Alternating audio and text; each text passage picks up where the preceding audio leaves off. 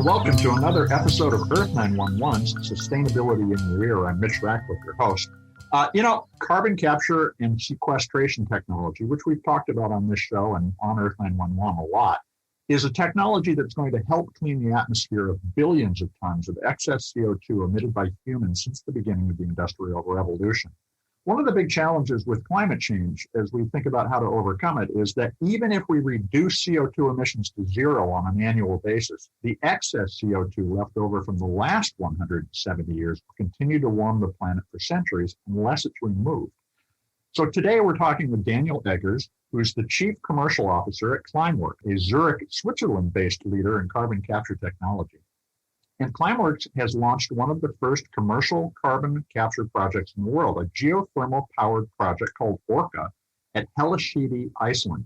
Now, CO2 pulled from the atmosphere there is mixed with water and injected into the ground, and there it forms carbonate materials, or minerals, and when you turn CO2 to rock, it will stay there literally forever. This is a really permanent form of sequestration. You can support this project by subscribing to monthly sequestration services that range from $8 to $55 a month at climeworks.com/subscriptions. Climeworks also operates 13 other facilities, but Hellisheidi is its first one to start to scale up. Welcome to the show, Daniel. How are you? Hi, Mitch. Thank you for inviting me. I'm doing great. Good to be here. Now, first, can you explain briefly how this process works? What's behind the steps to bind the CO2 in the atmosphere and then collect it and put it in the ground? So here we are basically talking about two different processes. Mm-hmm. The first process is to capture the carbon dioxide from the atmosphere, so to capture the carbon dioxide. And the second process step is to store it safely and permanently underground. And capturing the carbon dioxide from the atmosphere, we are doing with machines. The core of these machines, it is basically a metal box, and inside this metal box we have a material which is binding the CO2. And there we are simply drawing air through this collector, and then the CO2 builds a weak chemical bonding to this filter material and sticks to this filter material. And this then we can release again by heating this filter material up and then collect it in a highly concentrated form. And this CO2 as a gas, we are then basically mixing with water. So we are building nothing else than a highly concentrated fizzy water. And this water is then pumped underground. And there it starts to react with the underground rock formation. Now, you mentioned heating in order to free the bound CO2. And one of the criticisms of carbon capture is the energy requirements involved. Now, your Iceland location is sitting on a geothermal energy source. And the question is, how much power is required, and can you source other forms of low carbon power in order to perform this process? The main power consumption of our process is the heat we are needing for heating up the filter material to release the CO2. In Iceland, we have the very good situation that we can get the waste heat from the geothermal power plant, but it can also be any other heat source. It can be solar heat, it can be waste heat from another process. So, we at the end of the day, we need to have hot water on a temperature of something around or something above 100 degrees centigrade. The advantage of direct air capture is that you can basically do it everywhere. So you can do it everywhere you have an energy source, a renewable energy source available. So you can also do it in deserts. You can do it in remote areas where you're not in competition with other energy users. And this is important. This is indeed a big criticism, and people say, wouldn't it be better to use the renewable energy to replace fossils? Of course it is. But with direct air capture, we need to go to locations where we are not competing with these energy demands. But as you just pointed out, you could co-locate this with a large industrial facility that was throwing off a lot of waste heat, it sounds like. So this is something that can be plugged in all over the existing economy, as well as in these more isolated locations like a desert. Absolutely. The energy is one thing we need. And the second thing we need is we need to do something with the CO2. Either we need to store it somewhere in a proper way, or we need to turn it into fuels or materials. And this is the second thing we need. So a good location for direct air capture has a lot of renewable energy, point one. And point two, we can use the CO2 for storage or for utilization. So now you just recently announced a project in Oman. And in the announcement, you point out the unique geological character of the location. That's the other big question then, is you need somewhere to put this stuff. Are there a lot of locations around the world that have good geological formation for the injection of the water into the ground? Or is this kind of limited by the fact that there isn't such a thing everywhere? You cannot do it everywhere. So you need to have a specific geological formation to do that. But these locations are all over the world. We have a storage potential to store many, many times the entire carbon legacy of mankind. So the storage volume is not the bottleneck. We have storage locations in Iceland. We have, as you mentioned, we have it in Oman. We have it in Norway. We have it in the US. We have it in Ethiopia. We have it all over the world, and there is enough space to store the CO2. Okay, so there's plenty of places to do this. That's now the hellisheidi setting is going to store about 4,000 tons of CO2, at least at this time, annually. How big is Oman going to be? Oman, in the first step, is much smaller. That's a pilot project to make research on this storage facility. So this will be below 50 tons per year, if I'm not mistaken. But also the 4,000 tons in hellisheidi, this is not enough. So we need to store millions or even billions of tons of carbon dioxide. So we need to have access to such locations with the storage potential. Mm-hmm.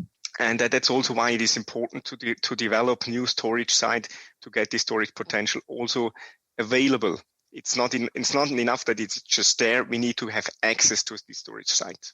So let's take, for instance, the question of how many locations are needed in order for us to draw down, say, 5% of the anthropogenic CO2 in the atmosphere on an annual basis.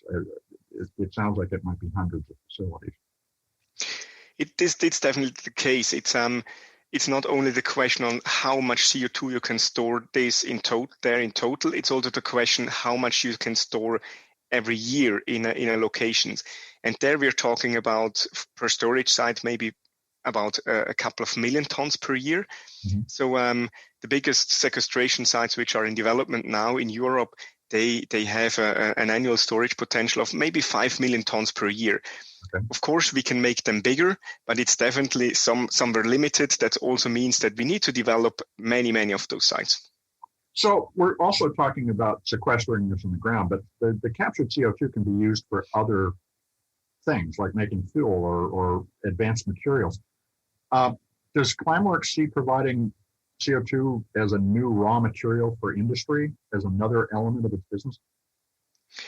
When we would like to be net zero somewhere in the future, then we are only talking about reducing CO2 emissions. Right. But we do have a lot of need of carbon of products which are based on carbon, mm-hmm. be it fuels, be it materials. And the source for that is carbon dioxide. And the carbon dioxide needs to come from the air. This is the only unlimited source of carbon we have. Right. And from this perspective, we also need to provide this carbon dioxide for utilization, be it for fuels, be it for materials, be it for chemicals. And this is definitely also an industry which is evolving. We see many projects coming up, mainly driven also by the aviation industry, because aviation is really hard to decarbonize. Mm-hmm. And that's a necessity to have a net zero aviation, that we're producing fuels which are made out of CO2 from the air. So this idea of mining the air, we've talked about this before many times.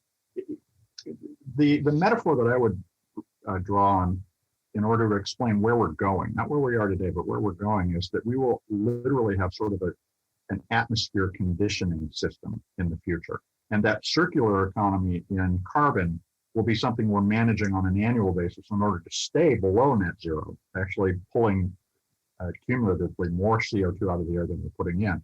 Is that an accurate way of thinking about the potential for carbon capture as a systemic component in a circular economy? That's exactly the path we have to take. We need to create a closed carbon cycle. So we also need to create a recycling system, which we know, for example, for aluminum or glass or paper. The same system we also need to develop for carbon dioxide. And the carbon dioxide in the future will be emitted by small emitters like airplanes or right. Mobile devices.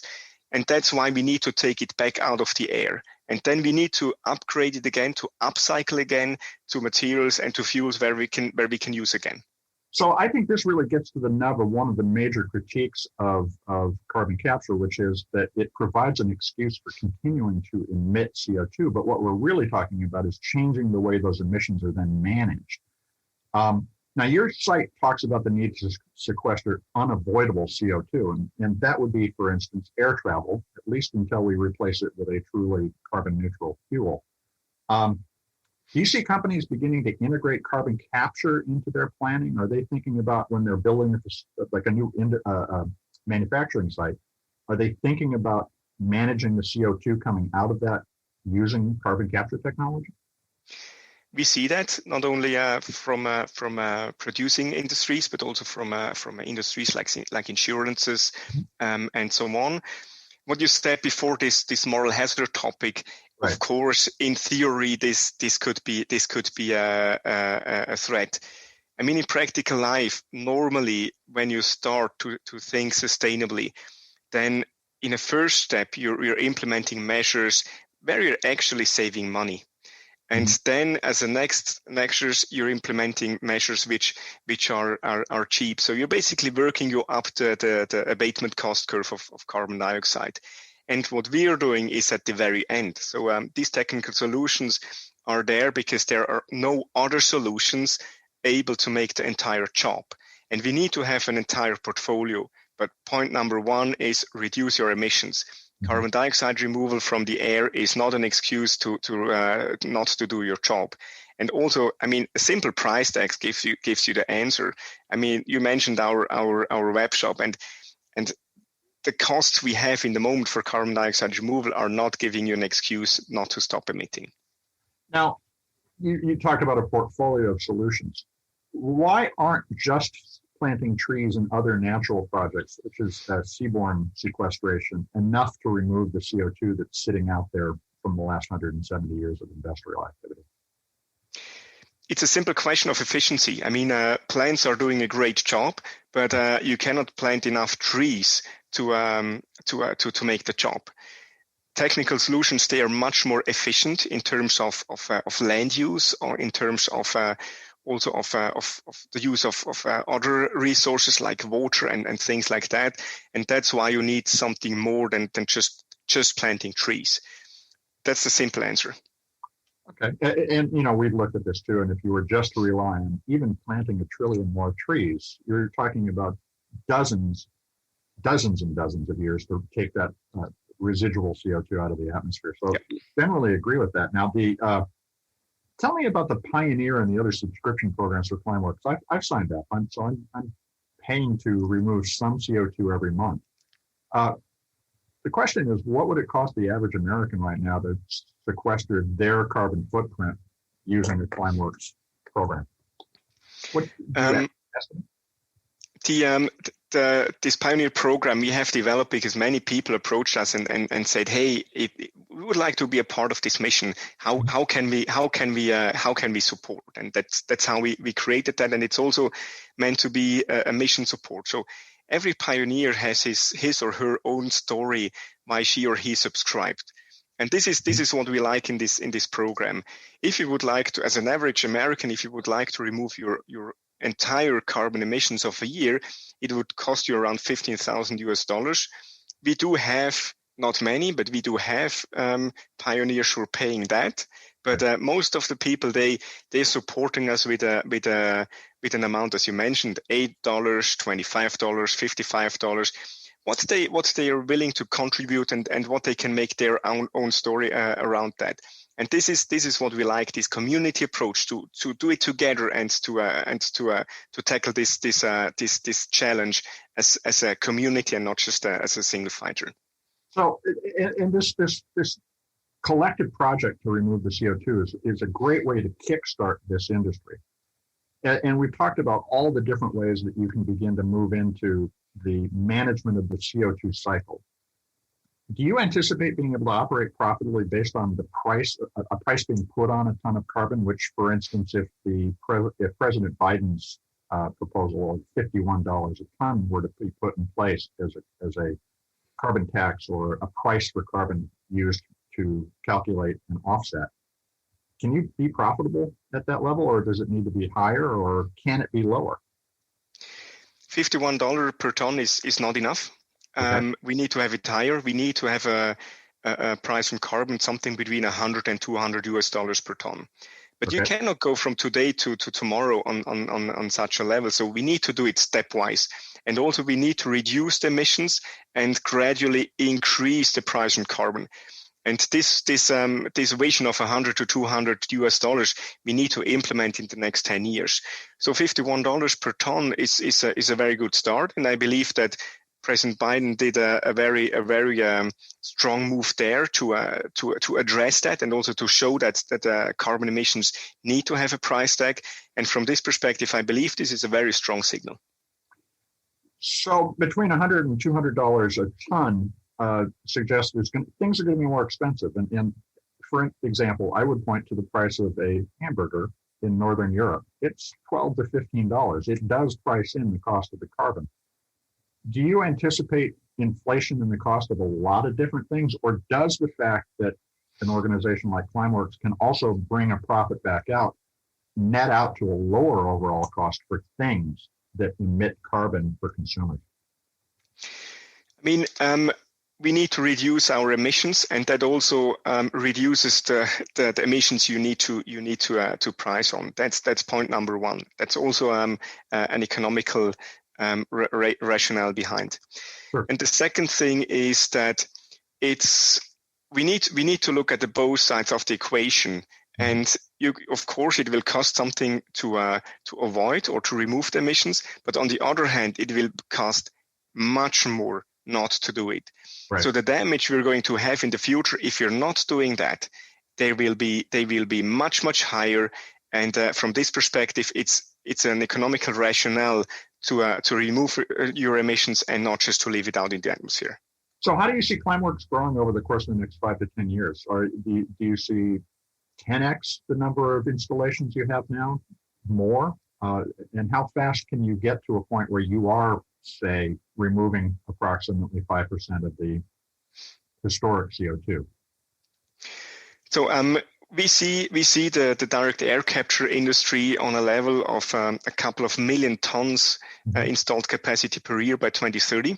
Climeworks definitely will also be on this level by that. So we see a growth of a factor of something between 100 and 1,000 in the next coming years, which also seems to be reasonable. I mean, we also need to be clear that the 4,000 tons here today is not on a very high level yet. This is definitely the way we need to go. When we talk about 5% of the emissions, this is quite a bit. So we are talking about 40 gigatons, 40 billion tons of removals every year. So 5% is around 1 billion ton of carbon dioxide every year. So we believe that there's another 10 years or so needed to be on a level like that. As you think about the evolution of the pricing of carbon, then do you anticipate that consumer products will begin to factor in the cost and even surface that cost to the consumer? I know this is a little beyond the scope of what you guys are doing on a day-to-day basis, but it does lead, it has to do with how we are all going to understand what we are doing and spending money on together. Do you anticipate a carbon cost is potentially being added to the sales receipt in the future? Probably it will be a mix. I mean, we see this. For example, in Switzerland, there will be a fee on flight tickets, And Okay. there it is anticipated that a part of the fee needs to be paid by the passenger, and the other part of the fee will be paid by the airline, because you simply cannot push all the additional costs to the consumer. But at the end of the day, it's there will be the society which needs to pay that. Mm-hmm. But on the other side, if you're not doing it, also the society is going to pay. So the society has additional costs, but it also gets the benefits. And I believe this is a fair way to do it. How many people do you anticipate being employed in the carbon capture industry, say a decade from now? Is it going to be many multiples of today, and will it be bigger than the oil industry? If you're going to scale the direct air capture industry to a level where we need to have it, then of course it will be a major industry comparable to oil and gas today, yes. In 10 years, we need to have significant growth, so it will create, we need to create thousands of jobs, and that's also what we see today. I mean, Climeworks is growing some 30% every year, and this is definitely also a growth rate we need to maintain over the next years, and this definitely also creates jobs, yes. So how can our listeners get started doing offsets, and where would you suggest they start, and to make the right impact? I mean, what you definitely need to start is on your own behavior. So you need to rethink what you're doing, and also what is worth. I'm not the one telling you're not allowed to emit anything. I mean, sure. You also need to have fun in your life. That's for sure. But you need to rethink what you're doing, and you need to be aware of your impact, and then start to remove your own emissions. Mm-hmm. Climeworks is one way to do it, of course, and that's what you said before. But also others. When I'm at the gas station, then I'm offsetting my emissions. That should be something normal. That we are starting to take responsibility for our emissions, and that this you can do in your daily life. It'd be great if you guys made an app that helped calculate that. I bought some gas. How much do I need to offset? We don't really. It's the calculators out there are not quite up to snuff yet, I got to say. That's true. I mean, carbon calculators. This is a tricky business, and the calculators out there are not on the level we would like to have it. But also there we see quite some good progress, and I hope that we're also going to integrate this soon on our website. Well, I encourage everybody to check out the website. Daniel, I want to thank you for taking the time to talk with us today. Thanks to you. Well, thank you to Daniel Eggers, who is the Chief Commercial Officer at Climeworks. They're based in Zurich, Switzerland, and you can check them out at climeworks.com. Go to climeworks.com/subscriptions to buy your own carbon sequestration credits. And we will be back with another innovator interview soon. In the meantime, could you share sustainability in your ear with one or two of your friends? Let's get the word out there. This is an important campaign to change the way we think about the future, as Daniel was just saying. I'm Mitch Ratcliffe.